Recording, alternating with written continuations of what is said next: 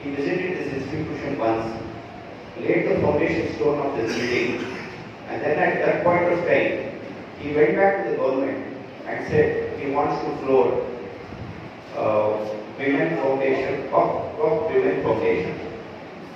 So he saw this institution and thought this can be a role model for the development of women all over the state.